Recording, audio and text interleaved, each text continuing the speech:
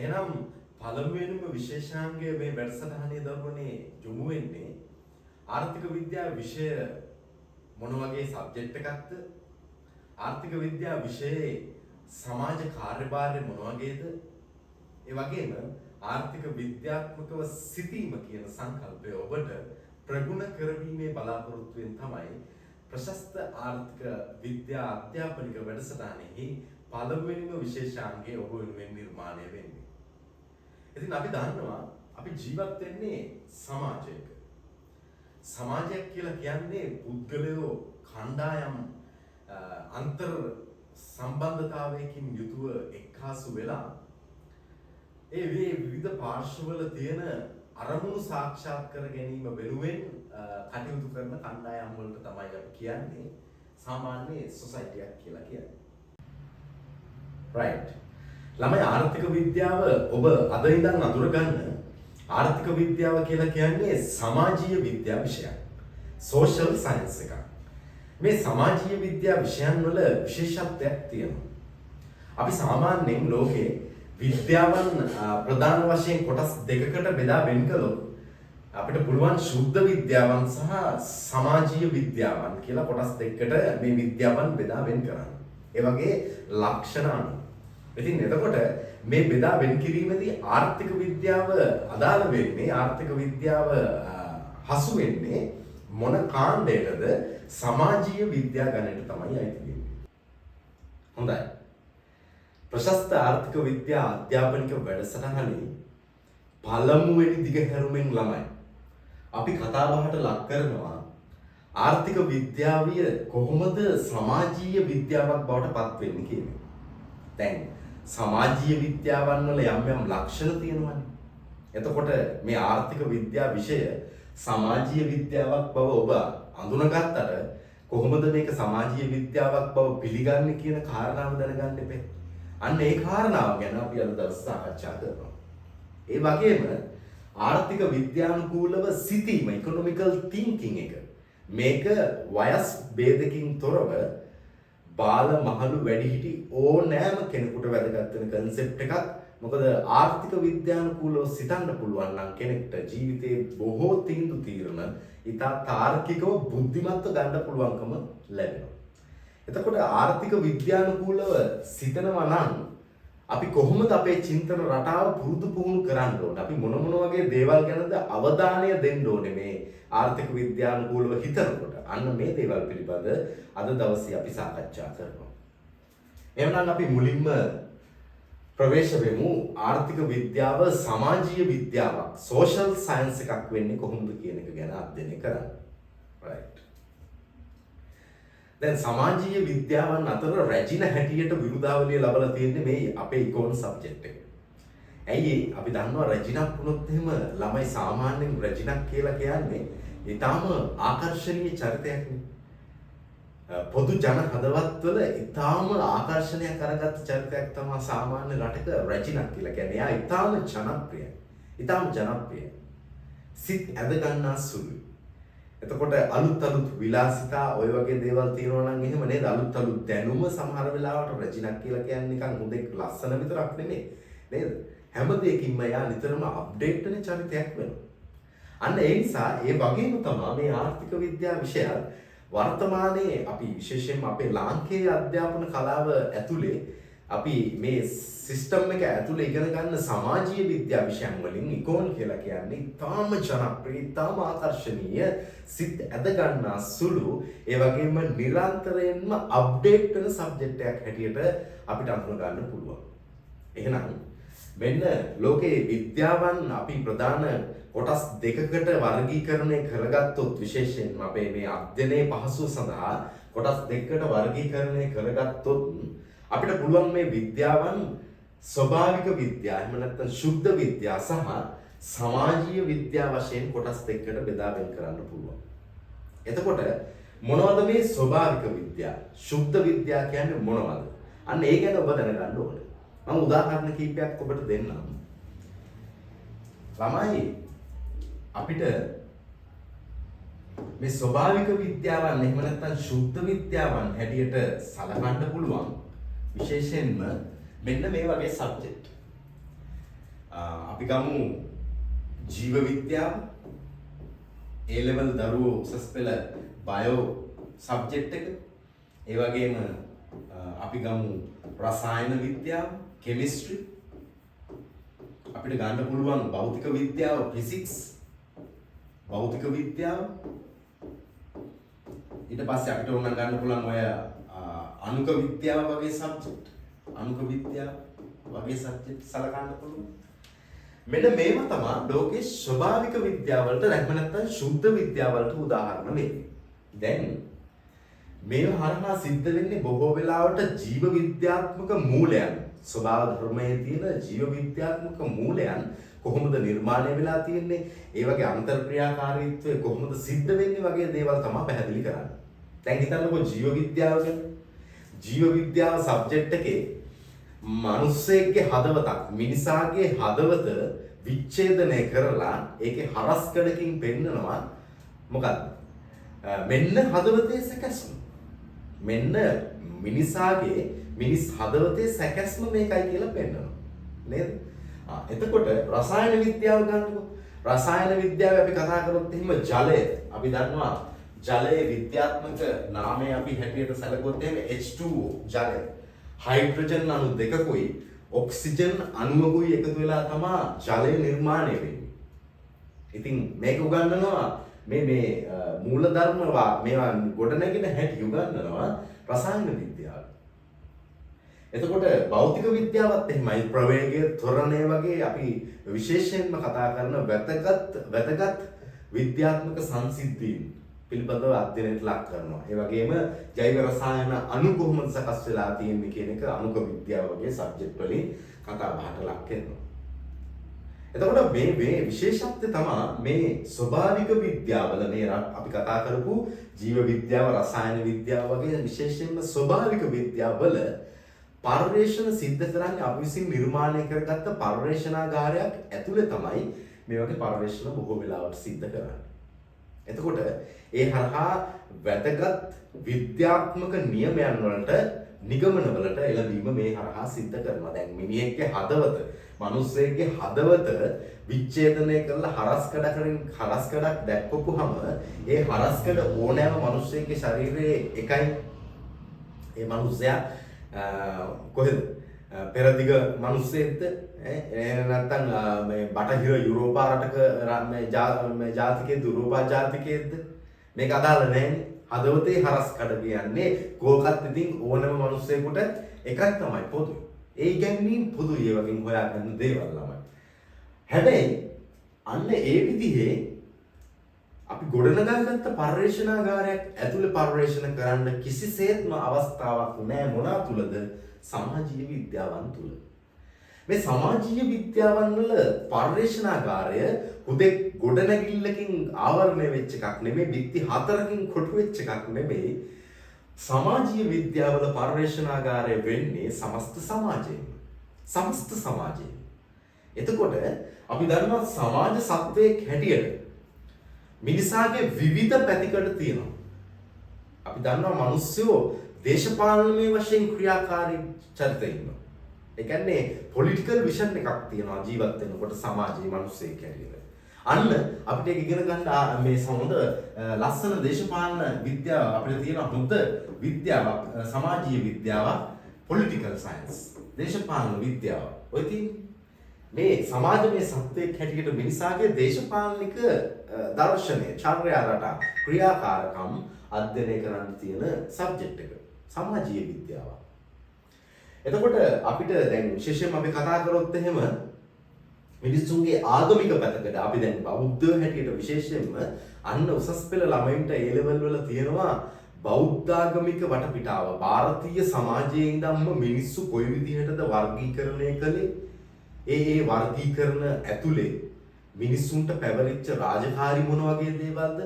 ඊට පස්සේ බෞද්ධාගමික වටපිටාව දැන් විශේෂයෙන්ම ඒක ලංකාවෙන්ම විතරක් නෙමෙයි මුළු ලෝකෙම විස්තර ඇතුළත් වෙන විදිහට විශාල වපසරියක ආගමික තොරතුරු කතා කරන්න තියෙන උසස් පෙළට බෞද්ධ ශිෂ්ටාචාරයේ විෂය BC කියලා අපි කියන්නේ බෞද්ධ ශිෂ්ටාචාරයේ විෂය තියෙනවා සමාජීය විද්‍යාවන් වල දර්ශනවාද විෂයක් හැටියට තියෙනවා. එතකොට ළමයි අන්න ඉතිහාස විෂය අපි බැලුවොත් එහෙම මානව සමාජයේ ඓතිහාසික තොරතුරු මිනිස්සු කොහොමද එක් එක් රටවල් වල ජීවත් වුනේ, මිනිසුන්ගේ ඇවතුම් පැවතුම් මොන විදිහටද වුනේ, සංස්කෘතිය ඇදහිලි විශ්වාස සාරධර්ම කොහොමද තිබුණා කියලා ඉතිහාසයේ ඒ විෂයක් තියෙනවා. ඒකත් හොඳ සමාජීය විද්‍යා විෂයක්. එතකොට අන්න අපි කතා කරන අපේ ආර්ථික විද්‍යාව මේගොල්ලෝ අතර උඩම ඉන්නේ.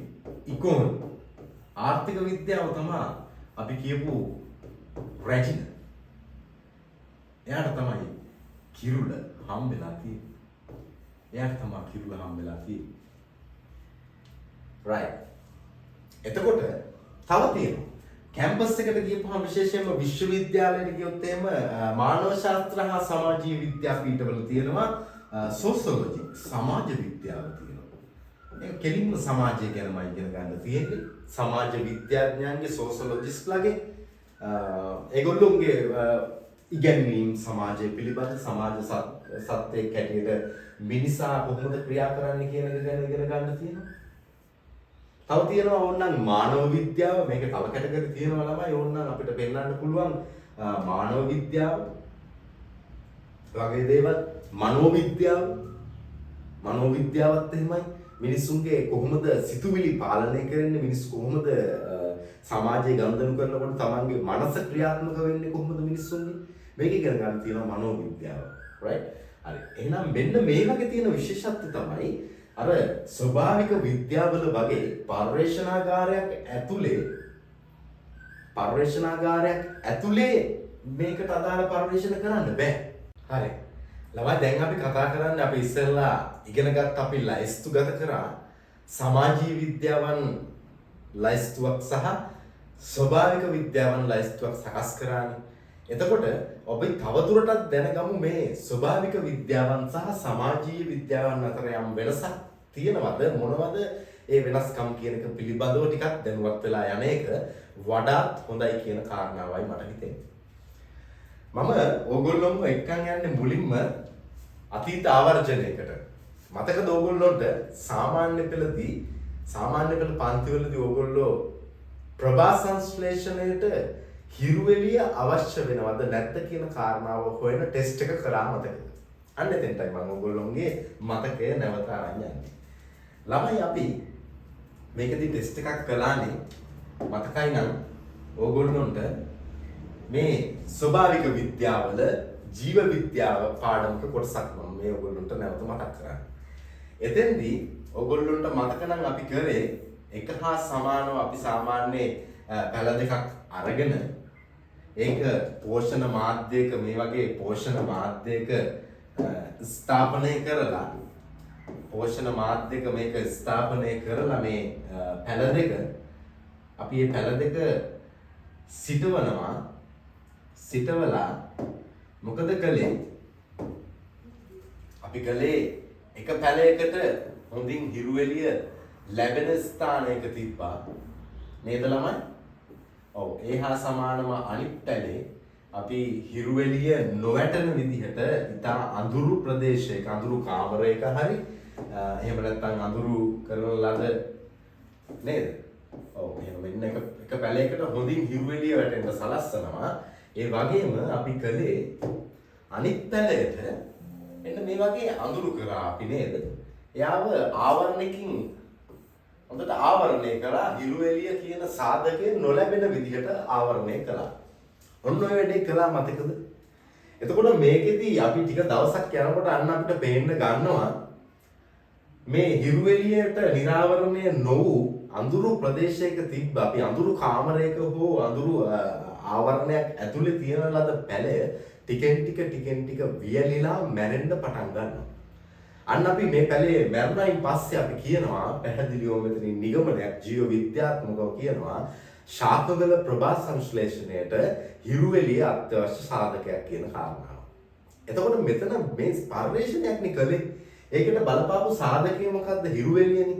හිරු එළිය කියන සාධකය අපිට පාලනය කරගන්න පුළුවන්කමක් තිබුණා ළම. එක පැලයකට හිරු එළිය හොඳින් ලැබෙන්නත්, තව පැලයකට හිරු එළිය නොලැබෙන්නත් අපිට සලස්ස ගන්න පුළුවන්කම ලැබුණා. ඒ කියන්නේ පර්යේෂණවලදී බලපාන විවිධ සාධක මේ ස්වභාවික විද්‍යාවල ළමයි පාලනය කරන්න පුළුවන් අපිට. පාලිත තත්ත්වයන් යටතේ පර්යේෂණ කළ හැකියි. ඒකට තියෙනවා වෙනම විද්‍යාගාර, පර්යේෂණාගාර, ගොඩනැගිලි වලින් හදාගත්ත හොඳ වායු සමීකරණය කරන ලද, ජීවාණු හරණය කරන ලද පර්යේෂණාගාර මේවට තියෙනවා. නේද? නමුත් හොඳින් බලන්න ඔබ සමාජීය විද්‍යාවන් වල යම් පර්යේෂණයක් කරනකොට ඒ පර්යේෂණයට බලපාන සාධක ළමයි පාලනය කරන්න බෑ. සාධක පාලනය කිරීම ඉතාම අපහසු කාර්යයක් වෙනවා. මම ඔයගොල්ලන්ට පෙන්වන්න හදන්නේ ආර්ථික විද්‍යාවේ දෙවනි පාඩමේ භාණ්ඩයක ඉල්ලුමට බලපාන සාධක මොනවද කියලා පෙන්නනවා. වෙන්න බලන්න. මම ලියන්නේ ආර්ථික විද්‍යාවේ වැදගත් ශ්‍රිතයක්. මේකට අපි කියනවා ඉල්ලුම් ශ්‍රිතය කියලා. ඉල්ලුම් ශ්‍රිතය කියලා කියනවා. මේ ශ්‍රිතය දැක්කාම දැන්නම බය වෙන්න එපා. අම්මෝ මොකද්ද මේ කියලා. නමුත් මේක ආර්ථික විද්‍යාවේ එන ප්‍රධාන ශ්‍රිතයක්. අපි මේකට කියන්නේ ඉල්ලුම් ශ්‍රිතය කියලා කියන්නේ. PX, PNYT, EXNO. මෙන්න භාණ්ඩයක ඉල්ලුම් ප්‍රමාණය තීරණය වෙන්න බලපාන සාධක. මේ QDX කියන එකෙන් කියන්නේ ළමයි quantity of demand. QD කියන්නේ ඉල්ලුම් ප්‍රමාණය. මොකේද? X කියන භාණ්ඩය. මේ X කියන භාණ්ඩය වෙනුවට අපිට අපි මේ ඇත්ත ආර්ථිකයේ නිපද වෙන ඕනෑම භාණ්ඩයක් හෝ සේවාවක් මෙතෙන්ට ආදේශ කරගන්න පුළුවන්. හරි? අපි හිතමුකෝ මේක සහල් වෙළඳපොළ කියලා. එතකොට මේ සංකේතයෙන් අදහස් වෙන්නේ රඳා පවතින බව. ඒ කියන්නේ ඉල්ලු භාණ්ඩයක ඉල්ලුම් ප්‍රමාණය රඳා පවතිනවා මෙන්න මේ කියන සාධක මත. මේ දකුණු පැත්තේ තියෙන සාධක මත තමයි භාණ්ඩයක ඉල්ලුම් ප්‍රමාණය තීරණය වෙන්නේ. ඒ හින්දා අපි මේවට කියනවා ඉකෝන් වල ඉල්ලුම් තීරක කියලායි කියන්නේ. ඉල්ලුම් තීරක. ඉල්ලුම තීරණය කරන දේවල් මේ මොනවද? මේක හරිම සරලයි, සිම්පල්. PX කියන්නේ සලකා බලන භාණ්ඩයේ මිල. අපි දැන් උදාහරණයක් ගත්තේ සහල් වෙළඳපොළනේ. සහල් වෙළඳපොළ නම් සහල් වලම මිල බලපානවා සහල් ඉල්ලුම් ප්‍රමාණය තීරණය වෙන්න. ඔක හරිය කතාව නේද? අපි ඇත්තටම භාණ්ඩයකින් ඉල්ලන ප්‍රමාණය තීරණය කරද්දී මුලින්ම ප්‍රධාන වශයෙන්ම බලන දේ ඒ භාණ්ඩයේම මිලනේ. ඊට පස්සේ PN සම්බන්ධිත භාණ්ඩ මිල ගණන්. මේ සලකා බලන භාණ්ඩයට සහල් වලට සම්බන්ධකම් දක්වන භාණ්ඩවල මිල ගණනුත් බලපානවා. දැන් ගොඩක් වෙලාවට සැහැල්ලු ආහාර ගන්න හුරු වෙලා ඉන්නවානේ. රාත්‍රී ආහාර වේල වෙනුවට අපේ රටේ ප්‍රධාන ආහාරය බත් සහල් වෙනුවට අපි රැයට මොකද කරන්නේ? බොහෝ අය හුරු වෙලා ඉන්නවා සැහැල්ලු ආහාරයක් ගන්න නේද? ඒ සැහැල්ලු ආහාරය අපි හිතමුකෝ නිකන් හිතමු අපි පාන් කියලා. පාන් වල මිල බලපානවලු මිල වෙනස් වීම සහල් වල ඉල්ලුම් ප්‍රමාණයට පැහැදිලිව බලපානවා. අපි ඒවා කතා කරමු. පාරිභෝගිකගේ ආදායම බලපානවලු මුදල් ආදායම. පාරිභෝගිකගේ කැමැත්ත රුචිය බලපානවලු සහල් ඉල්ලුමට පැහැදිලිව. ඒ වගේම මිල පිළිබඳ අනාගත අපේක්ෂා expectations. අනාගතේ ලබන සතිය ලබන මාස වෙනකොට සහල් වල මිලට මොකක් වෙයිද කියන බලාපොරොත්තු. ඒ අනුව වර්තමාන ඉල්ලුම වෙනස් කරනවා අපි. අනාගතේ මිල වැඩි වුණොත් එහෙම අපි දැන් ඉතා ඉක්මනින් මිල දී ගැනීම ඉල්ලුම වැඩි කරනවා. මොකද තව දුරටත් ලබන සතිය වෙද්දී ලබන මාස වෙද්දී හාල් ගිනි ගණන් වලට ගියොත් එහෙම පාරිභෝගිකයා අසරණයි අනනතයි. මේවා ලංකාවේ අත්‍යවශ්‍ය භාණ්ඩ නේද? උඩ දේවල් තියෙනවා. මේ number of customers පාරිභෝගිකව ගැනුම්කරු සංඛ්‍යාව ළමයි. එතකොට යම් භාණ්ඩයක ඉල්ලුම් ප්‍රමාණය තීරණය වෙන්න පාරිභෝගික සංඛ්‍යාව බලපානවා. දැන් අපේ ගෙදර අපේ ගමේ සතිපොලේ තියෙන සතිපොල දන්නවනේ ඔයගොල්ලෝ. නැත්තම් ටවුන් එකේ තියෙන සුපර් මාකට් එකක් හිතන්න. මේකෙට කාගිල්ස් එක හිතන්න. කාගිල්ස් එකේ එළවලුවකට ඉන්නේ ඒ වටපිටාවේ ඉන්න පාරිභෝගික කස්ටමර්ස්ලා විතරයි. නේද? හැබැයි Facebook WhatsApp කියන ඇප් ගැන බලන්න. මේකට මුළු ලෝකේ පුරාම වීතිච්ච පාරිභෝගිකයෝ ඉන්නේ. බලන්න කොයිතරම් පුළුල් වෙළඳපළක්ද. ලොකු ග්ලෝබල් මාකට් එකක්. ඒ වෙළඳපළ ග්ලෝබල් මාකට් එකක්. සමහර භාණ්ඩ වල තියෙන චූටි වෙළඳපළවල් සමහර භාණ්ඩ වල තියෙන ග්ලෝබල් මාකට්. ඒක වෙනස් වෙන්නේ ඒකට ඉන්න පාරිභෝගික සංඛ්‍යාවත් එක්ක. ඒ වගේම වෙනත් සාධක. කාලගුණික දේශගුණික විපර්යාස නේද? දැන් අපි වගේ රටක හොඳට වහින කාලෙක මෝසම් වැසි ක්‍රියාත්මක වෙන හොඳ සීතල කාලෙක ප්‍රධාන පාර අයිනේ අර මේන් රෝඩ් දෙපැත්තේ තියාගෙන ඉන්න ගොඩක් තැන්වල අපි දකින්නවා විශේෂයෙන්ම සිසිල් බීම මේ වෙලෙන්දු නේද?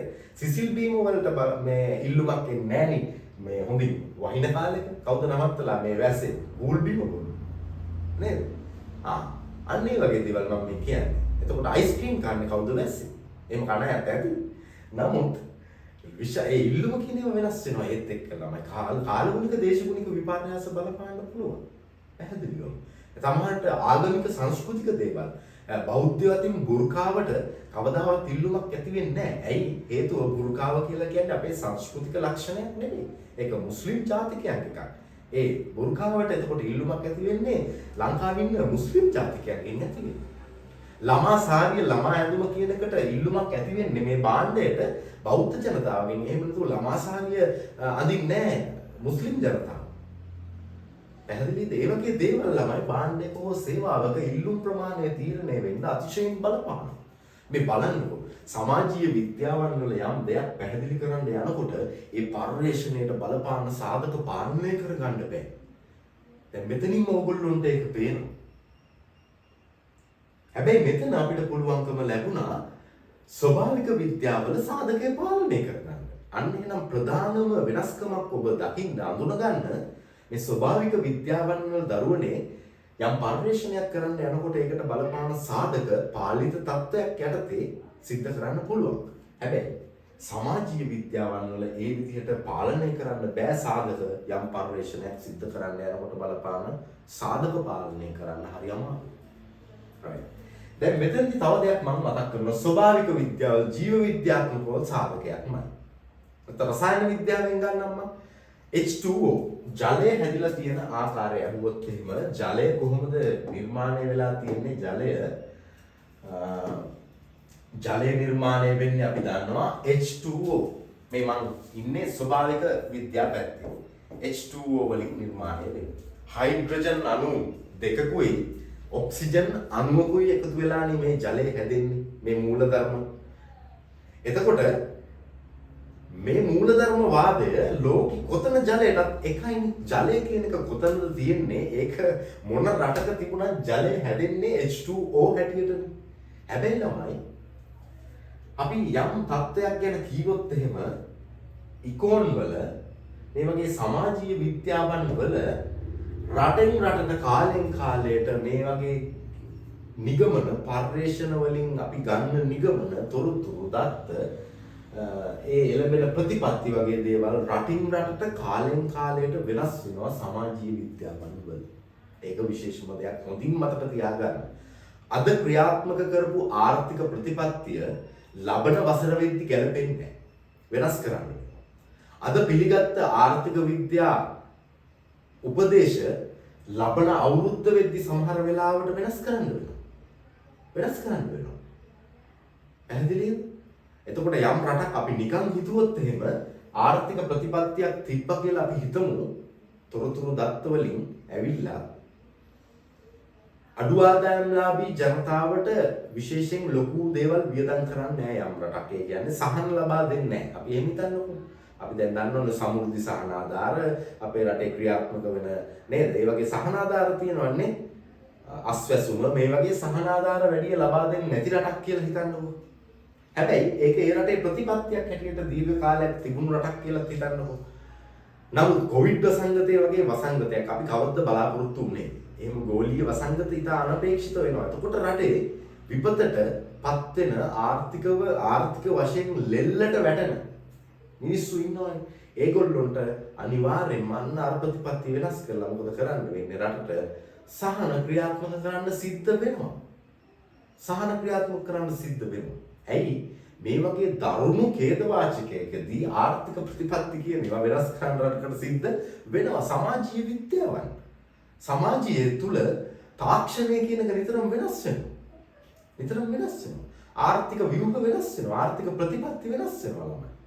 ඒ නිසා අන්න හොඳින් මතක තියාගන්න මේ ස්වභාවික විද්‍යාවන් වල එන නිගමන පරිශ්‍රණ හරහා ලබා ගන්න නිගමන කාලයෙන් කාලයට රටින් රටට වෙනස් වෙන්නේ නැහැ බොහෝ වෙලාවට හැම රටකටම පොදුයි. හැම පුද්ගලයෙකුටම පොදුයි මේ වගේ පැහැදිලි කිරීම. හැබැයි සමාජීය විද්‍යාවන් වල පරිශ්‍රණ හරහා ලබා ගන්න නිගමන කියන ඒවා කාලෙන් කාලයට ඒ ඔස්සේ හදා ගන්න ආර්ථික ප්‍රතිපත්ති වගේ දේවල් කාලෙන් කාලයට රටින් රටට වෙනස් වෙනවා. ඒක හොඳින් මතක තියාගන්න. right. එහෙනම් මෙන්න මේ වගේ දේවල් තමයි. එතකොට මේ ස්වභාවික විද්‍යාවන් වල කරන පරිශ්‍රණ විශේෂයෙන් අපි විසින් නිර්මාණය කරගත් වායු සමීකරණය කරගත්ත ජීවාණුහරණය කරගත්ත පරිශ්‍රණාගාර ඇතුලේ සිද්ධ කරන්න පුළුවන්. නමුත් එහෙම සීමා සහිත ඉඩකඩක් තුල සමාජීය විද්‍යා විෂයන් වලට අදාළ පරිශ්‍රණ සිද්ධ කරන්න බෑ. අන්න ඒකත් ඔයගොල්ලෝ හොඳින් මතක තියාගන්න. සමාජීය විද්‍යා විෂයන් වල පරිශ්‍රණාගාරය සමස්ත සමාජයම වෙන බව මතක තියාගන්න. හොඳයි. එහෙමනම් ඔබ තේරුම් ගත්ත දරුවනේ මේ වෙනකොට ආර්ථික විද්‍යාවේ කාර්යභාරය මොන වගේද කියන කතාව. දැන් ආර්ථික විද්‍යාව විෂයේ අපි කතා කරේ ඉකෝන් වල කොහොමද කියනවා ලෝකයේ ඕනෑම සමාජයක් සතුව තියෙන්නේ සීමා සහිත සම්පත් කියලා. ඒ කියන්නේ මිනිස්සුන්ගේ උවමනා අසීමිතව වර්ධනය වෙන හින්දා ඕනෑම සමාජයක් සතුව තියෙන්නේ සීමා සහිත සම්පත් කියන එක තමයි ඉකෝන් වල කියන්නේ. එතකොට මේ ලිමිටඩ් රිසෝසස් එක්ක කොහොමද රටක ජනතාව ඕනෑම ජන සමාජයක ජනතාව තමන්ගේ භෞතික අවශ්‍යතා සහ උවමනා මෙන්න මේ භෞතික අවශ්‍යතා සහ උවමනා සපුරා ගන්න කරන විවිධ ක්‍රියාකාරකම් වලට තමයි අපි කියවේ ආර්ථික ක්‍රියාකාරකම්. එහෙම නැත්නම් ආර්ථික හැසිරීම කියලා. ඉතින් මේවා සහ ඒ තුලින් ඇති වෙන විවිධ ප්‍රතිඵල තියෙනවා. විවිධ ප්‍රතිඵල සමාජයේ මත මිනිස්සු එහෙම ආර්ථික තීරණ ගැනීම නිසා මුළු සමාජය මත ඇති වෙන විවිධ බලපෑම් ප්‍රතිවිපාක විද්‍යාත්මකව ක්‍රමවේද අනුව විග්‍රහ කරන එක තමයි අධ්‍යයනය කරන එක තමයි ළමයි ආර්ථික විද්‍යාවේ කාර්යභාරය වෙන්නේ මූලික වශයෙන්. එතකොට මේ ආර්ථික විද්‍යාව විද්‍යාවක් වෙන්න නම් විශේෂයෙන්ම විද්‍යාත්මක ක්‍රමවේද තියෙන්න ඕනේ. ඒ කියන්නේ සංඛ්‍යා දත්ත මත පදනම් වෙච්ච සංඛ්‍යානමය ක්‍රමවේදයකට පැහැදිලි කිරීම සිද්ධ කරන්න ඕනේ. අපි දැන් යම්කිසි පරිශ්‍රණයකින් යම් දෙයක් ඔප්පු කරලා පෙන්නනවා නම් ඒ සාක්ෂ්‍ය මත පදනම්ව තමයි අපි ඒක කරන්න ඕනේ. ඒ අපි පදනම් කරගන්න සාක්ෂ්‍ය පැහැදිලිවම සංඛ්‍යානමය ස්වරූපයක් ගන්න ඕනේ. දැන් මම ඔයගොල්ලන්ට සාමාන්‍ය උදාහරණයක් පෙන්නන්නම්. මේ ඉකෝන් වල කියනවා ළමයි අපි සාමාන්‍යයෙන් රටක ඉන්න ඕනෑම රටක පොදුවේ ඉන්න ඕනෑම පාරිභෝගිකයෙක් වෙළඳපළක විශේෂයෙන්ම වෙළඳපළක මාකට් එක අපි පරිහරණය කරන භාණ්ඩයක හෝ සේවාවක මිල වැඩි වෙනොත් මොකද වෙන්නේ මට කියන්නකෝ බලන්න. අපි එකෙන් ඉල්ලන ප්‍රමාණය වෙනදට වඩා වැඩි කරයිද අඩු කරයිද? අපි පරිහරණය කරන සුවඳ විලවුන් වර්ගයක පර්ෆියුම් වර්ගයක මිල වැඩි වුණා කියන්නකෝ ගොඩක්. සමහර වෙලාවට අපි බොහෝ වෙලාවට කරන්නේ ලෝකේ රටවල් වල මිනිස්සු පොදුවේ බොහෝ වෙලාවට කරන්නේ භාණ්ඩේ මිල වැඩි වෙනකොට ඉල්ලන ප්‍රමාණය අඩු කරනවා. ඕක ලෝකේ හැම තැනකම මාකට් වල පොදු ලක්ෂණයක් හින්දා අන්න මේක ඉල්ලුම් නීතියක් වෙලා තියෙනවා. ඉල්ලුම් නීතිය law of demand කියලා තමයි ඉකෝන් වල හඳුන්වන්නේ. ඉතින් බලන්නකො ළමයි පාරිභෝගිකයාගේ හැසිරීම ලස්සනට පෙන්වන්න පුළුවන්. මේ ඉල්ලුම් නීතියෙන් කියනවා භාණ්ඩ එක මිල සහ ඉල්ලුම් ප්‍රමාණය කියන විචල්්‍ය දෙක අතර තියෙන ප්‍රතිලෝම සම්බන්ධයක් තියෙන කියලා කියන්නේ. මිල වැඩි වුණොත් ඉල්ලන ප්‍රමාණය අපි අඩු කරනවා. මිල අඩු වුණොත් අපි ඉල්ලන ප්‍රමාණය වැඩි කරනවා. එතකොට ඉකෝන් වල කියන්නේ මේකට පාරිභෝගිකයා තමන්ගේ උපයෝගීතාවය උපරිම කරන්න උත්සාහ කරනවා කියලායි කියන්නේ. ඉකෝන් වල කියන්නේ පාරිභෝගිකයෙක් නම් කස්ටමර් කෙනෙක් නම් ඒ කියන්නේ කුටුම්බ සමාජිකයෙක් තමයි මේ පවුලක අපි වගේ කෙනෙක්. අපි නිතරම උත්සාහ කරන්නේ භාණ්ඩයක් හෝ සේවාවක් මිලදී ගන්නකොට අපේ උපයෝගීතාවය එකෙන් අපිට ලැබෙන තෘප්තිය උපරිම කරන්න තමයි බලන්නේ. නේද? එහෙමයි බලන්න. right. එතකොට මෙන්න ඒ වගේ දැන් මේ පාරිභෝගිකයෙක්ගේ හැසිරීම කිව්වොත් වෙළඳපළක මේක ආර්ථික ක්‍රියාකාරකමක්. අපි ඉඩමක් මිලදීලා ගන්න යනවා නම් ඒක ආර්ථික ක්‍රියාකාරකමක්. අපි රැකියාවක් හොයාගන්න උත්සාහ කරනවා නම් ඒක ආර්ථික ක්‍රියාකාරකම. එතකොට ලෝකේ ප්‍රධාන ඕනෑම රටක ප්‍රධාන ආර්ථික ක්‍රියාකාරකම් තුනක් බලා ගන්න පුළුවන් ළමයි. මේ භෞතික අවශ්‍යතා සහ වුවමනා සපුරා ගැනීමට සිදු කරන ක්‍රියාකාරකම් එහෙම නැත්නම් ආර්ථික ක්‍රියාකාරකම් ප්‍රධාන ක්‍රියාවලි තුනක් ඔස්සේ අඳුර ගන්න පුළුවන්. එකක් තමයි රටක ලෝකේ ඕනෑම රටක ආර්ථික ක්‍රියාකාරකම් හැදෙනවා ඒ රටේ නිෂ්පාදන ක්‍රියාවලියත් එක්ක. අංක 1 මොකක්ද? ආර්ථික ක්‍රියාකාරකම් අඳුර ගන්න තියෙන ප්‍රධානම ක්‍රියාවලියක් තමයි රටක නිෂ්පාදන ක්‍රියාවලිය. අංක 2 රටේ බෙදා හැරීමේ ක්‍රියාවලිය. අන්න අර හදපු නිෂ්පාදිත ටික බෙදා හැරීමේ ක්‍රියාවලිය. අංක 3 පරිභෝජන ක්‍රියාවලිය. එතකොට ප්‍රධාන ක්‍රියාවලි තුනයි. නිෂ්පාදනය කරනවා භාණ්ඩ හා සේවා, ඒවා බෙදා හැරෙනවා රට පුරා කුටුම්බ අතරේ, කුටුම්බ විසින් පවුල් විසින් අපි වගේ ඒවා මිලදී අරගෙන පරිහරණය කරනවා, පරිභෝජනය කරනවා. එහෙනම් ඔන්න ඔය ක්‍රියාවලි තුන තමයි ළමයි ආර්ථික විද්‍යාවේ ප්‍රධානම ආර්ථික ක්‍රියාකාරකම් හැටියට අපි සැලකන්නේ. නිෂ්පාදන ක්‍රියාවලිය, බෙදා හැරීමේ ක්‍රියාවලිය සහ පරිභෝජන ක්‍රියාවලිය. ඔන්න ඔය ක්‍රියාවලි තුන තමයි ප්‍රධානම ආර්ථික ක්‍රියාකාරකම් හැටියට සැලකන්නේ. ඉතින් මෙන්න මේ ක්‍රියාකාරකම්, මේ ක්‍රියාවලි තුන ආශ්‍රයෙන් රටක දකින්න හම් වෙන ක්‍රියාකාරකම් සහ ඒවා අතර තියෙන අන්තර් සම්බන්ධතාවය පිළිබඳව තමයි ආර්ථික විද්‍යාව මූලික වශයෙන් අධ්‍යයනය කරන්නේ. right. එහෙනම් ආර්ථික විද්‍යාවේ දකින්න ලැබෙන න්‍යායන් සහ මූලධර්ම විද්‍යාත්මක ක්‍රමවේද වලට අනුව සැකසිත දේවල් තමයි තියෙන්නේ. ඉතින් ආර්ථික විද්‍යාවේ එහෙම විද්‍යාත්මක ක්‍රමවේද තියෙනවා මොනවද? ආර්ථික විද්‍යාවේ තියෙනවා ආර්ථික විද්‍යාවේ ලේඛන තියෙනවා, ප්‍රස්තාර තියෙනවා, සමීකරණ වක්‍ර වගේ දේවල් තියෙනවා. මේවා ගණිතමය ස්වරූපයක් තමයි ගන්නෙ. සමීකරණ ශ්‍රිත තියෙනවා, න්‍යායන්, නීති රීති තියෙනවා. මේ සියලුම දේවල් විද්‍යාත්මක සංඛ්‍යානමය ක්‍රම වලට නිර්මාණය වෙච්ච දේවල් තමයි දකින්න හම්බෙන්නේ. දැන් මම ඔයගොල්ලන්ට පොඩි උදාහරණයක් මෙතන පැහැදිලි කරන්න හදන්නේ. ඒක ඉතා හොඳින් බලා ගන්න හැම දරුවෙක්ම A level කරන හැම දරුවෙක්ටම මේක වැදගත් වෙනවා. පොඩි උදාහරණයක් ලස්සන පැහැදිලි කරන්න හදන්නේ. අපිට සාමාන්‍යයෙන් ලේඛනයක් අපි දැම්මොත් ළමයි මම මේ ලේඛනය ඉල්ලුම් ලේඛනයක් ඔයගොල්ලෝ දෙවෙනි පාඩමේ මුණ ගැහෙන ඉල්ලුම් ලේඛනයක් ගන්න. ඉල්ලුම් ලේඛනයේ මේ වම් පැත්තේ තියෙනවා භාණ්ඩේ මිල. අපි රුපියල් වලින් දාමු අපේ ව්‍යවහාර මුදල් ලේඛකයෙන්. එතකොට මේ තියෙන්නේ භාණ්ඩේ ඉල්ලුම් ප්‍රමාණය, පාරිභෝගිකයෝ මේ මිලට සංවේදීව කොච්චරක් ඉල්ලනවද කියන එක සාමාන්‍යයෙන් අපි ගැන හිතන්නකො මේක. අපි ගැන හිතන්න. අපි හිතමු මේ වෙළඳපළ තරඟකාරී සහල් වෙළඳපළක් කියලා හිතමු. තරඟකාරී සහල් වෙළඳපළක හාල් කිලෝක මිලයි හාල් ඉල්ලන ප්‍රමාණය කිලෝ ගානයි තමයි මම මේ රූප සටහනේ පෙන්නන්නේ. සාමාන්‍ය සරල උදාහරණයක් මම මේ පෙන්නන්නේ මේ වෙන හැටි. හාල් කිලෝක මිල රුපියල් 150 ඉඳන් 160, 170, 180, 190, 200 හැටියට ඉහළ යනවා කියලා හිතන්නකෝ. මේකෙදි වෙන්නේ ළමයි හාල් කිලෝව 150කට තියෙනකොට මිනිස්සු හාල් කිලෝ 10000ක් ඉල්ලුවා නම් හාල් කිලෝ වක මිල රුපියල් 160 වෙනකොට මට කියන්න අපි අර කතා කරපු ඉල්ලුම් නීතියට අනුව සාමාන්‍යයෙන් වෙන්නේ නම් හාල් මිල වැඩි වෙන්න මේ පැත්තට මොකද වෙන්නේ? හාල් ඉල්ලන ප්‍රමාණය මිනිස්සු පල්ලෙහා වැටෙනවා. මේක අපිට නිකන් සංඛ්‍යා දත්තයක් හැටියට අපි දාගමු. 8000යි හාල් මිල රුපියල් 170 දක්වා තව 10කින් වැඩි වෙනකොට මිනිස්සු හාල් කිලෝ ඉල්ලන්නේ 6000යි. තවදුරටත් හාල් මිල 180 දක්වා වැඩි වෙනකොට මිනිස්සු ඉල්ලනවා හාල් කිලෝ 4000ක් කියලා හිතමු. එතකොට හාල් කිලෝ 190කට මිල ගියපුවාම හාල් කිලෝ 2000ක් පාරිභෝගිකයා ඉල්ලනවා. රුපියල් 200 දක්වා තවදුරටත් හාල් කිලෝක මිල ඉහළ ගියොත් පාරිභෝගිකයෝ සහල් මිලදී ගන්නේ නැති බව සිතන්න පුළුවන්. අපිට මේ යන ට්‍රෙන්ඩ් එකත් එක්ක ඔන්න ඔය විදිහේ ලේඛනයක් මම මේ සරලව ඕගොල්ලන්ට පෙන්නන්නේ. මේ සලකා බලන භාණ්ඩේ මිල වැඩි වෙනකොට පාරිභෝගිකයෝ ඉල්ලන ප්‍රමාණය මොකද කරන්නේ?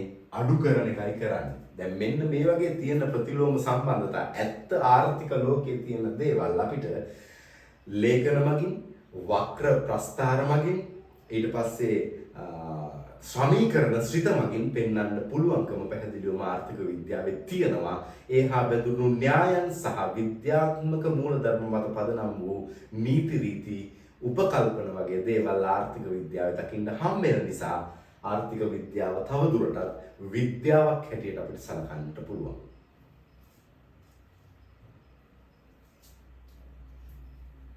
හොඳයි.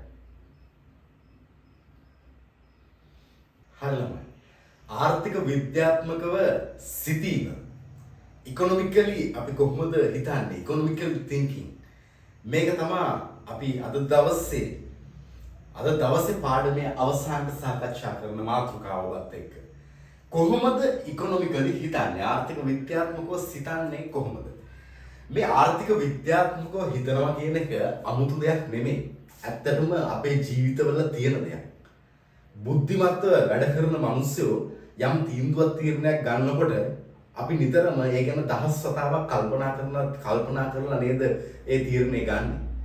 ඒ වගේ දෙයක් තමයි මෙතනක් තියෙන්නේ. මේ ආර්ථික විද්‍යාත්මකව සිතනවා කියන එක මම ඒකයි කිව්වේ බාල මහලු වැඩිහිටි ඕනෑම කෙනෙකුට මේ ආර්ථික විද්‍යාත්මකව සිතනවා කියන එක පැහැදිලිවම වැදගත් දෙයක් වෙනවා තමන්ගේ ඩේලි ලයිෆ් එකට. ඒක අපේ ජීවිතේ පුරුද්දක් හැටියට මේ දේ ගොඩනගා ගත්තොත් අපිට ජීවිතේ වැරදීම් අවම වෙලා සාර්ථක මිනිස්සෙක් බවට පත් වෙන්න පුළුවන්කම තියෙනවා. එහෙනම් මෙන්න අපි නිර්වචනාත්මකව ආර්ථික විද්‍යාත්මකව සිටීම කියන එකෙන් අදහස් වෙන්නේ මොකක්ද කියන එක බලමු. ඔබ විසින් යම් තීරණයක් ගැනීමේදී එම තීරණයෙහි ආන්තික ප්‍රතිලාභය අන්න වැදගත්ම පොයින්ට් එකක්. අපි යම් තීරණයක් ගන්නකොට ඒ තීරණේ මොකද්ද ළමයි මම කිව්වේ වැදගත්ම පොයින්ට් එක එම තීරණේ ආන්තික ප්‍රතිලාභය. ආන්තික ප්‍රතිලාභය එහි ආන්තික පිරිවැය ඉක්මවා එහි ආන්තික පිරිවැය ඉක්මවා යන්නේ නම් මෙන්න මේකයි වැදගත්ම තීරණය. එවැනි චින්තනයක් ආර්ථික විද්‍යාත්මකව සිටීමක් ලෙස හඳුන්වයි. අන්න එහෙනම් ළමයි ආර්ථික විද්‍යාත්මකව සිටීමක් කියලා කියන්නේ අපි මොනවා හරි තීරණයක් ගන්නකොට ඒක ජීවිතේ ඕනෑම දෙයක් වෙන්න පුළුවන්. අපි අධ්‍යාපනය ලබන තීරණයක් වෙන්න පුළුවන්. නේද? අපි ආහාර පානයක් මොනවා හරි ගන්න දෙයක් වෙන්න පුළුවන්. අපි ජීවිතේ මෝටර රථයක් මිලදී ගැනීම වෙන්න පුළුවන්. අපි ජීවිතේ අපේ කරන නිවාසයක් මිලදී ගැනීම නිවාසයක් ඉදි කිරීම වෙන්න පුළුවන්. නේද? අපේ විවාහය වෙන්න පුළුවන්. ඕනෑම දෙයක්. ජීවිතේ විවිධ අවධිවල අපි විසින් සිද්ධ කරන විවිධ ආකාරයේ තීරණ තියෙනවානේ. ආන්ගේ තීරණ ක්‍රියාත්මක කරන්න යනකොට අපිට යම් තීරණ ක්‍රියාත්මක කරන්න අපේ ජීවිතේ වියදම් යනවනේ ළමයි. වියදමක් යනවා. නේද? ඕගොල්ලෝ උසස් පෙළ අධ්‍යාපනය ලබන්න තීරණය කරපු එකේ වියදමක් තියෙනවා. පැහැදිලිවම වියදම් තියෙනවා නේද? පොත්පත් මිල දීලා ගන්න අපි වියදම් කරන්න ඕනේ. පාසල් උපකරණ අමුද්‍රව්‍ය මිල දීලා ගන්න ඕනේ. නේද? අමතර පෞද්ගලික පන්ති වලට සහභාගී වෙනවා නම් පෞද්ගලික උපකාරක පන්ති වෙනුවෙන් වියදම් දරන්න ඕනේ. ඒක දුර බැහැර නම් යන්නේ තව දුරටත් විශේෂයෙන්ම ප්‍රවාහන වියදම් දරා ගන්න ඕනේ. හැම තීරණයකම වගේ අපිට වියදම් නැති වෙන දේවල් තමයි සිද්ධ වෙන්නේ. ඒකයි අපි කියනවා ආර්ථික විද්‍යාත්මකව හිතන මිනිස්සයා නිතරම මයින්ඩ්සෙට් එයාගේ ක්‍රියාත්මක වෙන්නේ මුදල් උපයන්න තමයි. මේ හැම තීරණයක්ම ක්‍රියාත්මක කරන්න අපිට මූලික වශයෙන්ම ළමයි මුදල් ඕනේ. රයිට්. එතකොට යම් තීරණයක් ගැනීමේදී එම තීරණේ ආන්තික ප්‍රතිලාභය ආන්තික පිරිවැයීමවා යන්නේ නම් ඒ කියන්නේ ළමයි අන්න ඔය අපි කීවනේ යම් තීරණයක් ගන්නකොට අපිට වියදමක් යනවා කියලා. අන්නේ වියදමට පිරිවැයට වඩා ඒ තීරණය ක්‍රියාත්මක කරනකොට අපිට ලැබෙන ප්‍රතිලාභය වාසිය කියන එක ඒ තීරණේ වැඩි වෙන්න ඕනේ. අන්න එහෙම වැඩි වෙනවා නම් විතරක් ඒ තීරණය ආර්ථික විද්‍යාත්මකව සිටීමක් වෙනවා. ආර්ථික විද්‍යාත්මකව හිතලා ගත්තු තීරණයක් බව පැහැදිලි කරනවා.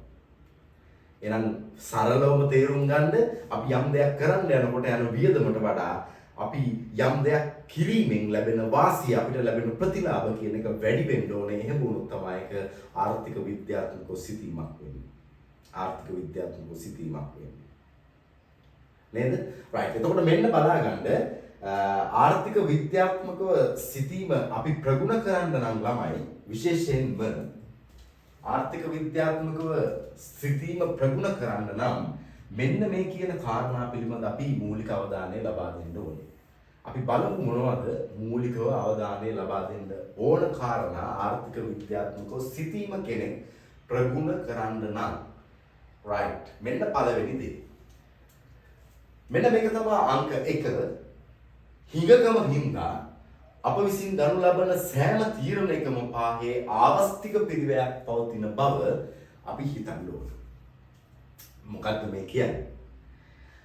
මේක ආර්ථික විද්‍යාව ඉගෙන ගන්න ශිෂ්‍යයෙකුට පළවෙනි පාඩමේදී ආදරණීය දරුවනේ ඔබ අඳුනගනීවි ඉදිරියට හිඟකම. මේ හිඟකම කියලා කියන්නේ මිනිස්සුන්ගේ උවමනා අසීමිතව වර්ධනය වෙන හින්දා ලෝකයේ ඕනෑම රටක ඒ අසීමිත උවමනා තෘප්තිමත් කරන්න කිසිම රටක ලෝකේ සම්පත් ඉතා ඉක්මනින් වර්ධනය වෙන්නේ නැහැ. මේ ප්‍රශ්නය ආර්ථික විද්‍යාවේ කේන්ද්‍රීය ගැටලුව හැටියට සැලකනවා.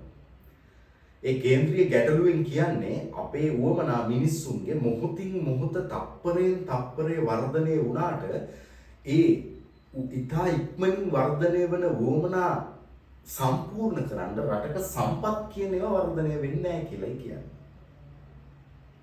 එතකොට අපිට අසීමිතව ඕනෑම රටකට ලෝකේ කිසිම රටකට අසීමිතව රටේ නිෂ්පාදන ක්‍රියාවලිය හරහා භාණ්ඩ හා සේවා නිපදවන්න හැකියාවක් ලැබෙන්නේ නැහැ. අසීමිතව නිපදවන්න කිසිම රටකට බෑ. සමහර දේවල් අපිට තියෙනවා ස්වභාධර්මයේ දායාද හැටියට අපිට සමහර භාණ්ඩ හා සේවා තියෙනවා මේ කියන හිඟකමකින් තොරව අසීමිතව ලැබෙනවා. දැන් හිතන්නකෝ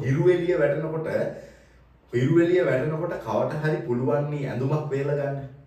එතකොට ඉරේලියෙන් ඇඳුමක් වේල ගත්තා කියලා අල්ලපු ගෙදර මිනිස්සයාට ඒ ඉරේලියෙන්ම ඇඳුම වේල ගන්න තියෙන අවස්ථාව නැති වෙන්නේ නැහැ. ඉරේලිය වැටෙනවා නම් ඒ අල්ලපු ගෙදර නෙමෙයි. ලංකාවේ අපේ රටේ ඉන්න ඕනම මිනිස්සෙකුට ඉරේලිය වැටෙන වෙලාවේ තමන්ගේ ඇඳුම වේල ගන්න බැරිකමක් ලැබෙන්නේ නැහැ නේ. එක්කෙනෙක් ඉරේලිය පාවිච්චි කරලා ඇඳුම වේල ගත්තා කියලා තව කෙනෙක්ට ඉරේලිය පාවිච්චි කරලා ඇඳුම වේල ගන්න තියෙන අවස්ථාව නැති වෙන්නේ නැහැ. මෝසම් වැස්සක් වහිනකොට අසීමිතව ලැබෙන වර්ෂා ජලය එක්කෙනෙක් ප්‍රයෝජනෙට ගත්ත කියලා තව කෙනෙකුට ගන්න තියෙන අවස්ථාව නැති වෙලා යන්නේ ඒවා අසීමිතව ලැබෙනවා. නේද? කවුරු හරි හුස්ම ගන්නකොට මේ පිරිසිදු වාතාශ්‍රයෙන් තව කෙනෙක්ට හුස්ම ගැනීමේ අවහිරතා ඇති වෙන්නේ නැහැ. හුස්ම ගන්න නිකන් හුස්ම නැහැ වගේ හැඟීමක් ඇති වෙන්නේ නැහැ. මොකද ඕන තරම් වායු ගෝලයේ අසීමිතව මේ වායු ඔක්සිජන් වාතය තියෙනවා. ඒක ස්වභාව ධර්මයෙන්ම අපිට දායාද හැටියට ලැබිච්ච දේවල්. හැබැයි ළමයි ලෝකේ බොහෝ රටවල් වලට අපි නිපදවන ගොඩක් භාණ්ඩ මේ වගේ නොමිලේ අසීමිතව ලැබෙන ඒවා නෙමේ ආර්ථික භාණ්ඩ. ඒවා අපේ අවශ්‍යතා වුවමනා වලට සාපේක්ෂව සීමා සහිතව තමයි තියෙන්නේ. අන්න ඒ ප්‍රශ්නෙත් එක්ක අප විසින් ගන්න හැම තීරණයකම ආවස්තික පිරිවැයක් තියෙනවා, කැපකිරීමක්, අත්හැරීමක් තියෙන බව තේරුම් ගන්න ඕනේ. මම ඔයගොල්ලන්ට යම් එක උදාහරණයක් පැහැදිලි කරලා දෙන්නම්. දැන් ඔබ උසස් පෙළට ඉගෙන ගන්න තීරණය කරලා තියෙනවනේ. ඔන්න දැන් මෙතන ඉන්න ගොඩක් අය උසස් පෙළ ඉගෙන ගන්න තීරණයක් අරන් තියෙනවා. උසස් පෙළ ඉගෙන ගැනීම කියන තීරණය අරන් තියෙනවා. උසස් පෙළ ඉගෙන ගැනීම තමයි මොකද්ද ඔබේ තීරණය? මේ තමයි තීරණය. උසස් පෙළ ඉගෙන ගැනීම තමයි තීරණය. තෝරා ගැනීම. right. බලන්න මේ තෝරා ගැනීම හින්දා ඔබට යන වියදම් ටිකක් වර්ග ටිකක් අපි ලයිස්තුගත කරොත් ළමයි බලමු අපි යන වියදම් ටිකක් ලයිස්තුගත කරලා මේ දේ නිසා ඔබට යන වියදම් ටිකක් බැලුවොත් ඔන්න බලන්න ලිපි ද්‍රව්‍ය මිලදී ගන්න වියදම් යනවා නේද? ලිපි ද්‍රව්‍ය මිලදී ගන්න වියදම් යනවා. right. ඊට පස්සේ ඔබට අමතර පන්ති සඳහා යනවා නම් අමතර පන්ති සඳහා වියදම් යන්නේ නැද්ද? අමතර පන්ති සඳහා වියදම් යන්න පුළුවන්. තව ප්‍රවාහන වියදම් යන්නේ නැද්ද? අපි දුර කතර ගෙවාගෙන යනවනේ බොහෝ වෙලාවට උසස් පෙළ කියන්නේ අමුතුම කලාවක් වෙලා තියෙන්නේ සමහරුන්ට නේද? එතකොට සමහරු කරන්නේ කාලය හැම දෙයක්ම වියදම් කරගෙන යන ප්‍රවාහන වියදම්. එතකොට මම ඔය කිව්වොත් කාලය කියන එක අපේ වටිනම සම්පතක් අපිට තියෙන කාලය. මේ දේවල් වලට වියදම් යන්නේ නැද්ද? වියදම් යනවා. මේ දේවල් කියන්නේ මේ මම මුලින්ම ලියපු ලිස්ට් එක ළමයි මේ තීරණේ ක්‍රියාත්මක කිරීම වෙනුවෙන් යන වියදම් බලන්න ඕනේ. තීරණේ ක්‍රියාත්මක කිරීම වෙනුවෙන් යන වියදම්. මේ තීරණේ ක්‍රියාත්මක කිරීම නිසා අපිට අහිමි වෙච්ච දේවල් නැද්ද? තීරණේ ක්‍රියාත්මක කරපු හින්දා අපිට අහිමි වෙච්ච දේවල් නැද්ද බලමු. මල් ලියන එකක් වේ බලන්න. දැන් ඔයගොල්ලොත් එක්ක උසස් පෙළ ඉගෙන ගැනීම නවත්තලා මේ වෙනකොට සමහර ස්ටුඩන්ට්ස්ලා සමහර ශිෂ්‍යෝ නැද්ද පුතේ නැද්ද උසස් පෙළ ඉගෙන ගැනීම නවත්තලා සාමාන්‍ය පෙළින් අධ්‍යාපන කටයුතු නවත්තලා දැන් මේ වෙනකොටත් ඒගොල්ලෝ රැකියාවලට ගිහිල්ලා ඉන්නේ. රටේ ශ්‍රම බලකායේ කොටසක් හැටියට සේවා නියුක්ත වෙලා රැකියාවක් කරලා ආදායම් උපයන තත්ත්වයට ඇවිල්ලා ඉන්නේ. සමහරවිට පුහුණු ශ්‍රමිකයෝ හැටියට ඒගොල්ලෝ තාම වැඩ ආධුනික සේවකයෝ හැටියට වැඩ කරගෙන යනවා ඇති. දැන් එතකොට අන්න ඕගොල්ලෝ උසස් පෙළ ඉගෙන ගන්න ගත්ත තීරණයේ හින්දා යන වියදම් විතරක් නෙමෙයි මේ තීරණයේ හින්දා ඔබට අහිමි වෙන දේවල් ටිකකුත් තියෙනවා.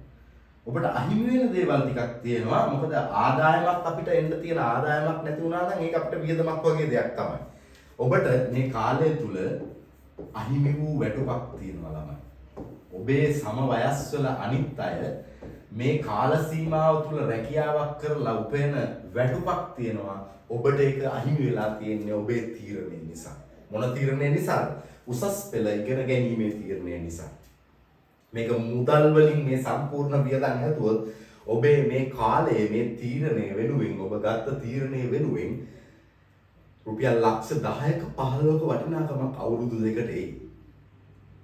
දැන් ඒකෙන් සමහරු කියනවා මේ දේවල් උගන්වනකොට සමහර ළමයි අපිට කියනවා සර් මෙච්චර වියදමක් දරනවා උසස් පෙළට අපි ඒක දැන්නේ ඔළුවට තේරුනේ මෙහෙම ජොබ් එකක් කරා නම් පිට මෙච්චර ගාණක් හොයා ගන්න පුළුවන් නේ අපරාධෙනි මේ A level කරන්න කියලා තීරණයකට එන්න නෙමෙයි මේ කියන්නේ. අන්න ආර්ථික විද්‍යාත්මකව බුද්ධිමත්ව හිතන ශිෂ්‍යයාට පුළුවන් අපි මේ අවුරුදු දෙකක් ලොකු කැපකිරීමක් ලොකු වියදමක් දරලා තමයි උසස් පෙළ ඉගෙන ගන්න.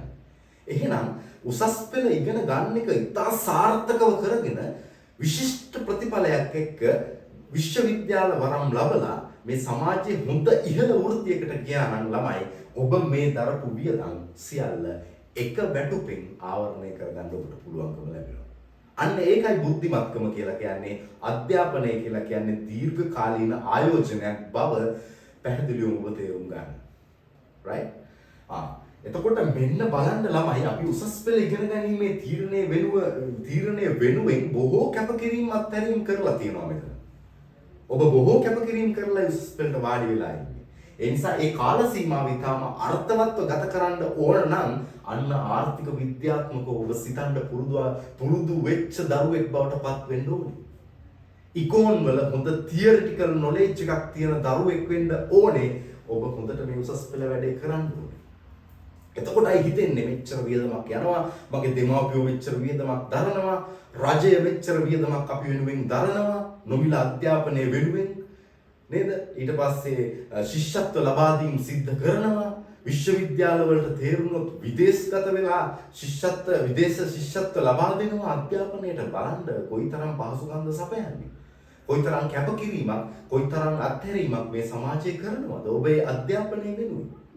මේවා තේරුම් ගන්න නම් ආර්ථික විද්‍යාත්මකව සිතන්න පුළුවන්කම උසස් පෙළ කරන දරුවෙකුට පැහැදිලිවම තියෙන්න ඕනේ. එතකොට මේ ආවස්තික පිරිවැය කියන්නේ අන්න එහෙම අපි ගන්න තීරණය වෙනුවෙන් අපි කැප කරන අත්හරින හොඳම විකල්ප වලට තමයි අපි කියන්නේ පුතේ. ඒ වගේ වටිනාකම් වලට විශේෂයෙන්ම මූර්ත වටිනාකම් වලට තමයි අපි කියන්නේ ආවස්තික පිරිවැය කියලා. The value of the next best alternative that was not chosen because something else was chosen. විකල්ප අතරින් යම් තෝරා ගැනීමක් සිදු කරන විට ඒ තෝරා ගැනීම වෙනුවෙන් අප අත්හරින ලද ඊළඟ හොඳම විකල්ප අවස්ථාවේ වටිනාකම මූර්ත වටිනාකම තමයි අපි කියන්නේ ආවස්තික පිරිවැය. එහෙනම් ජීවිතයේ ඔබ හිතන්න ඔබ ගන්න හැම තීරණයක්ම පාදේ කැපකිරීම අත්හැරීම් තියෙනවා. ඒ කැපකිරීම අත්හැරීම් වල වටිනාකම හිතලා බලලා ඒවට සාධාරණයක් වෙන විදිහට ඔබ ගන්න තීරණය නිවැරදිව ගන්න. අනේක මතක තියාගන්න ඔබ ආර්ථික විද්‍යාත්මකව දැන් ටිකෙන් ටික හිතන්න පුරුදු වෙන බව මට පැහැදිලි. right. අපි යමු දෙවන කාරණාවට. මෙන්න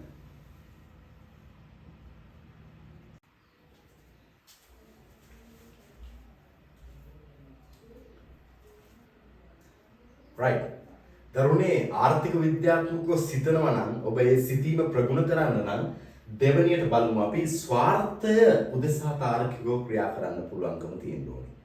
මේ ස්වාර්ථය කියලා කියන්නේ ඇත්තටම තමන්ගේ දියුණුව වෙනුවෙන් භෞතික දියුණුව වෙනුවෙන් තමන්ගේ භෞතික දියුණුව වෙනුවෙන් කටයුතු කරන්න පුද්ගලයෙකුට පුළුවන්කම තියෙන්න ඕනේ කියන එකයි මේ ස්වාර්ථය මත තීන්දුව తీරන ගන්නවා කියලා කියන්නේ.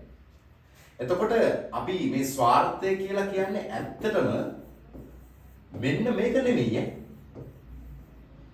මේක නෙමෙයි. ආත්මාර්ථය නෙමෙයි ස්වාර්ථය කියන්නේ. දැන් ආත්මාර්ථකාමී මිනිහා නම් ආත්මාර්ථකාමී පුද්ගලයා නම් අපි දන්නවා තමන්ට වැඩක් කරගන්නෙත් නෑ විශේෂයෙන් අනුන්ට උදව්වක් වෙන් කරන්නෙත් නෑ. එහෙමයි හැටි ආත්මාර්ථකාමී මිනිස්සුන්ගේ. නේ? අපි හිතුවට තමන්ට මේක වැඩක් කරගන්නවා කියලා ඉවරලා නෑ. එතනින් එහෙම දෙයක් තමන්ට වැඩක් වෙනවා කියන්නේ හැබැයි නමුත් ආත්මාර්ථකාමී මිනිස්සු අදින් පරාර්ථකාමී කිසිම දෙයක් සිද්ධ වෙන්නේ නැහැ. බාහිර සමාජයට ප්‍රතිලාභය හෝ වාසිදායක තත්ත්වයන් කියන දේවල් යහපත කියන එක උදා කරන්නේ ආත්මාර්ථය තුලින්. හැබැයි පුතේ ස්වාර්ථය කියන එක තුලින් ස්වාර්ථය කියන එක ඊට එහා ගියපු දෙයක්. මේ වැදගත්ම වචනය මම highlight කරනවා ස්වාර්ථය. මේ ස්වාර්ථය කියලා කියන්නේ අපි අපේ පෞද්ගලික දියුණුව වෙනුවෙන් වැඩ කරනවා. ඒක අවසානයේ සමාජයේ යහපත වෙනුවෙන් ඒක පැහැදිලිවම බලපාන. අපි ගන්නකො සරලම උදාහරණයක් බුදුරජාණන් වහන්සේ බුද්ධත්වයේ ලැබලා ප්‍රථම ධර්ම සංගායනාව කරන්න හදනකොට අන්න උන්වහන්සේ තීරණය කළේ මොකද්ද? ඉස්සරලම තමන් මේ බුද්ධත්වයේ ලබාගෙන ඒ ඥානය, ඒ විශේෂ පරිඥානය ලබාගෙන හිටියොත් තමයි අනිත් පුද්ගලයන්ට ඒක ධර්මයේ දේශනා කරන්න පුළුවන්කම තියෙන්නේ. ඔබ තේරුම් ගන්න පුතේ. ඔබ උසස් පෙළ කරන දරුවෙක් හැටියට මේ කාරණාව තේරුම් ගන්න. අපි නිවැරදි වෙලා අපි අපේ භෞතික දියුණුව හදාගත්තොත් තමයි අපිට එතනින් එහා දෙයක් ගැන කල්පනා කරන්න පුළුවන්කම තියෙන්නේ. හැබැයි ආත්මාර්ථකාමී මනුස්සයාට ජීවිතේ කොයිතරම් සාර්ථකත්වයේ දියුණුව තිබ්බත් එතනින් එහා පරාර්ථය ගැන කල්පනා කරන්නේ නැහැ. හැබැයි ස්වාර්ථය කියලා කියන්නේ ඒක නෙමෙයි.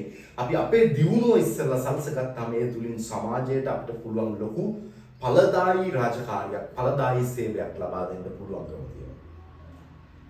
ජීවිතයේ අන්නේ භෞතික දියුණුව වෙනුවෙන් කටයුතු කරන්න. ඒකට තමයි අපි කියන්නේ ස්වාර්ථය කියලා. තමාගේ දියුණුව. අර අපි කියනවා තමා හිසට තම අතමය සෙවණැල්ල කියලා කියන්නේ. ඔන්න ඔක තමයි ඉස්සෙල්ලා තමන් ගොඩ ගිහිල්ලා ඉන්න. තමන්ගේ භෞතික දියුණුව හදාගෙන ඉන්න. ඊට පස්සේ පුළුවන් වටපිටාවේ ඉන්න ඥාතින් සහෝදරයින්ට අසල්වැසියන්ට ඔබේ හිත මිතුරන්ට සලකන්න මේ සමාජයට ලොකු සේවයක් කරන්න ඔබට පුළුවන් ඔබේ සාර්ථකත්වයේ තුලින්. ඔබේ සාර්ථකත්වයේ තුලින්. ඒ හින්දා ස්වාර්ථය කියන කාරණාව තදින් හිතේ තියාගන්න මොන දේ කරන්නත් දානයක් දෙන්නත් මේ කාලේ මොනවද තියෙන්න ඕනේ? සල්ලි තියෙන්න ඕනේ.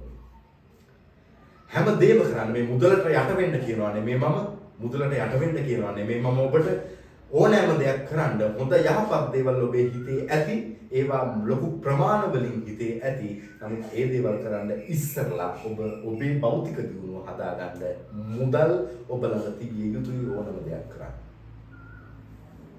right එහෙනම් භෞතික දියුණුව තමන්ගේ වෙනුවෙන් තමන් නිතරම ක්‍රියාත්මක වීමට තමයි අපි කියන්නේ මොකක්ද ස්වාර්ථය උදෙසා පුද්ගලයෝ තාර්කිකව ක්‍රියාත්මක වෙනවා කියලා.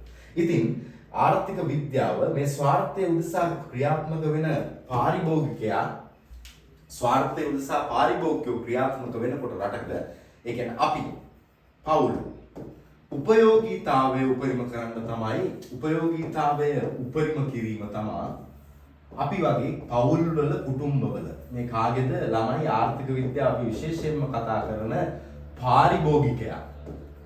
එයාගේ මූලික පරමාර්ථය හැටියට ආර්ථික විද්‍යාව පෙන්නලා දෙන්නේ උපයෝගීතාවය උපරිම කිරීම තමයි එයාගේ මූලික පරමාර්ථය. ස්වාර්ථය උදෙසා තීරණ ගන්නවා.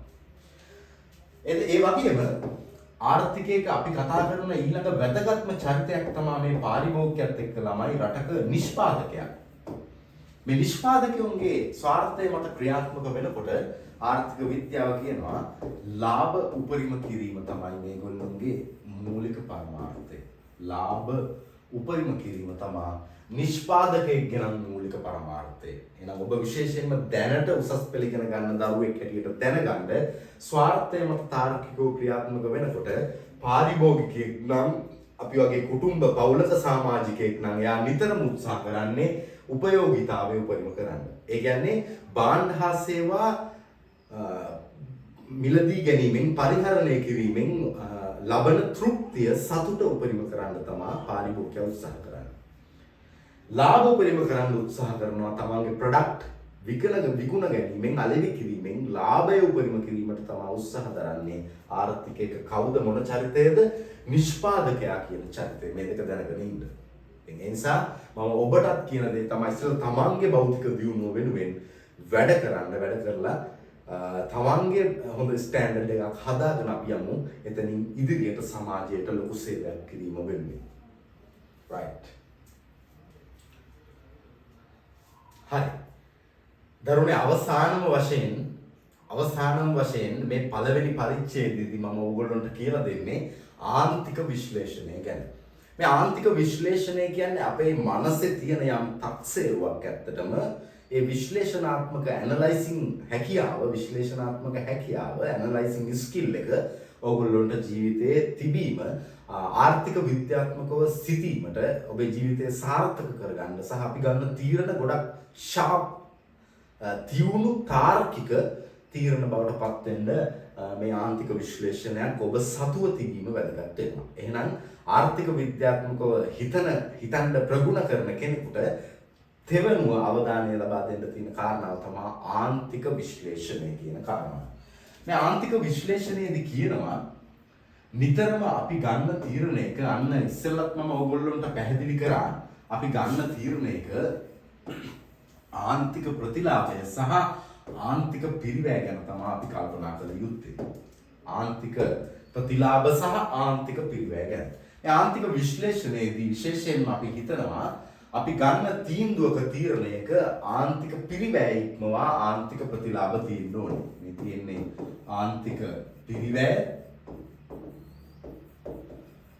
මේ තියෙන්නේ ආන්තික ප්‍රතිලාභය. ආන්තික ප්‍රතිලාභය. මේ තියෙන ආන්තික පිරිවැය. ඉතින් ආන්තික පිරිවැය ඉක්මවා ආන්තික ප්‍රතිලාභ පැවතිය යුතුයි කියන කාරණාව තමයි මෙතනදී අපි විශේෂයෙන්ම ඉස්මතු කරන්නේ. එහෙනම් ආර්ථික විද්‍යාත්මකව සිතනවා නම් ඔබ ගන්න තීරණයක ආන්තික පිරිවැය ඉක්මවා ගිය ආන්තික ප්‍රතිලාභ පවතින්නේ නම් විතරක් ඒ තීරණය ක්‍රියාත්මක කරන්න කියන එකයි මේ කියන්නේ. අපි සරල උදාහරණයක් ගමු. ඕගොල්ලන්ට කියන්නම්. මෙහෙමම කියන්නම් අක්කරයක වගා බිමක් තියෙන ගොවි මහත්තයෙක් අපි හිතමු අර්ථාපල් වගා කරනවා කියලා එයාගේ ඉඩමේ. මාස 3ක විතර කාලයක් යනවා කියලා අපි හිතමු සරලව නිකන් අර්ථාපල් වගා කරන්න එයාට යනවා රුපියල්. ඔය පොහොර වලට ජල සම්පාදනය කරන්න ඊට පස්සේ තෙල් රසායනික තෙල් භාවිතා කරන්න ඕනේ. මේ දේවල් වලට අපි හිතමු සාමාන්‍යයෙන් මෙයාට මාස 3ක වගේ කාල සීමාවක් තුල මෙයාට රුපියල් අපි හිතමු මේ වැඩේට රුපියල් ලක්ෂයක මුදලක් ගියා කියලා හිතමු. රුපියල් ලක්ෂයක මුදලක් වැය වෙනවා. මොකටද? තමන්ගේ අක්කරයක ඉඩමේ වගා කටයුත්තක් කරන්න අර්ථාපල් වගාවක් කරන්න ලක්ෂයක සම්පූර්ණ වියදමක් යනවා. එතකොට අපි මේකෙදි කියන්නේ අපි මේ ලක්ෂ වියදම් කරන්න ඕනේ ඊට වඩා උපයන්න පුළුවන් නම් කියන සරල කතාවක්. පැහැදිලිවම ආන්තික විශ්ලේෂණයෙන් කියන්නේ මේක ආන්තිකයි තව දුරටත් කතා කළ හැකි මේක තව දුරටත් කතා කළ යුතු දෙයක්. නමුත් දැනට මතක තියාගන්න ඔබ මේ ලක්ෂයක වියදමක් යනවා නම් ඇත්තටම එයාට මේක අවසානයේ මේ ලක්ෂයට වඩා වැඩි මුදලක් අපි හිතමු ලක්ෂ 2ක් ලක්ෂ 2කමාරක් විතර වගේ මුදලක් උපය ගන්න පුළුවන්කම තියෙන්න ඕනේ. දැන් අපි සමහර ජීවිතේ තීරණ ඔහොම ගන්නවනේ. සමහර ජීවිත තීරණ ගන්නවා අපි ඒ තීරණේ ක්‍රියාත්මක කරන්න මහා ලොකු කොස්ට් එකක් යනවා. අවසානයේ ඒකේ හරි ප්‍රොෆිට් එකක් නෑ අපිට. ප්‍රතිලාභය අඩුයි. පැහැදිලිද? ප්‍රතිලාභ වැඩි වෙන්න ඕන. නිතරම අපි බුද්ධිමත්ව තීරණ ගන්න ඕනේ කියන්නේ අන්න ඒකයි. ඒක හොඳින් කල්පනා කරන්න මේ ආන්තික විශ්ලේෂණය කියන්නේ අන්න ඒ වගේ වැදගත් තැනක තියෙන කාරණාවක්. මේක ඉදිරි පාඩම් වලදී මේ ආන්තික කියන වචනේ සැබෑ අර්ථය ඔබට වඩාත් නිවැරදිව පැහැදිලි කරගන්න පුළුවන්. දැනට මේ ආන්තික විශ්ලේෂණය යටතේ කොහොමද ආර්ථික විද්‍යාත්මකව සිතන්න මේ ආන්තික විශ්ලේෂණය ප්‍රයෝජනයට ගන්න කියන එක පමණක් දැනගත්තාම ඔබ ප්‍රමාණවත් කියන එකයි මගේ විශ්වාසය තියෙන්නේ. එහෙනම් ආදරණීය දරුවනේ මේ වගේ තවත් පාඩමක් එක්ක පාඩමේ පළවෙනි පාඩමේ තවත් වැදගත් විශේෂාංගයක් එක්ක අපි ලබන සතියේදී මුණ ගැහෙමු. අද දවසේ ඔබ මේ ලබාගත් දැනුම ඉතා හොඳින් මතකයේ තියාගෙන ආර්ථික විද්‍යාවේ අති විශිෂ්ටයින් බවට නිර්මාණය කරන ප්‍රශස්ත ආර්ථික විද්‍යාව වැඩසටහනෙන් උපරිම ප්‍රයෝජන ලබා ගන්න කියන ඉල්ලීම ඔබෙන් කරනවා. බොහොම ස්තුතියි. ආයුබෝවන්.